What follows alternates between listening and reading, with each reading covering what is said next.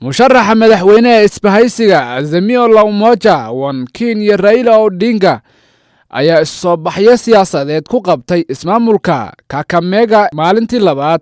musharaxa madaxweynaha isbahaysiga Azimio la Umoja One Kenya Raila Odinga oo taageerayaashiisa kula hadlay deegaanka Mumias isla markaana soo hadal qaaday weeraryahankii hore ee kooxda AFC Elijah Litonde ayaa ballan qaaday inuu horumarin doono garoonka kubadda cagta ee Bukhungu ismaamulka Kakamega. Raila Odinga ayaa sidoo kale ballan qaaday inuu dayactir ku samayn doono garoonka kubadda cagta ee City magaalada Nairobi isla markaana loo bixin doono Joe Kadenge.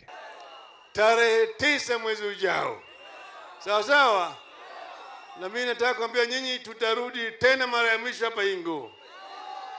Tarehe 3 ya mwezi Agosti tutakuja hapa kupiga parapanda ya mwisho. Sawa? Baba anaenda kuwa president. He's gone. Mimi sisemi kitu haiwezi fanyika. Sisemi kitu haiwezi fanyika. Mimi sisemi. Akasema ninyi Waluhya mulipigia kura mtu wa kitendawili. Akaniambia utoke serikali yangu kesho asubuhi. I want a resignation letter yako on my desk.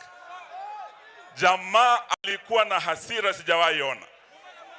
Karibu mazee nipate hiyo slap. Wewe ndugu yangu, mpinzani wangu, tukisema historia yako wacha kulialia. Hiyo ndio historia yako. Walikuwa na Mheshimiwa Moses Wetangula na Wycliffe Musalia Mudavadi.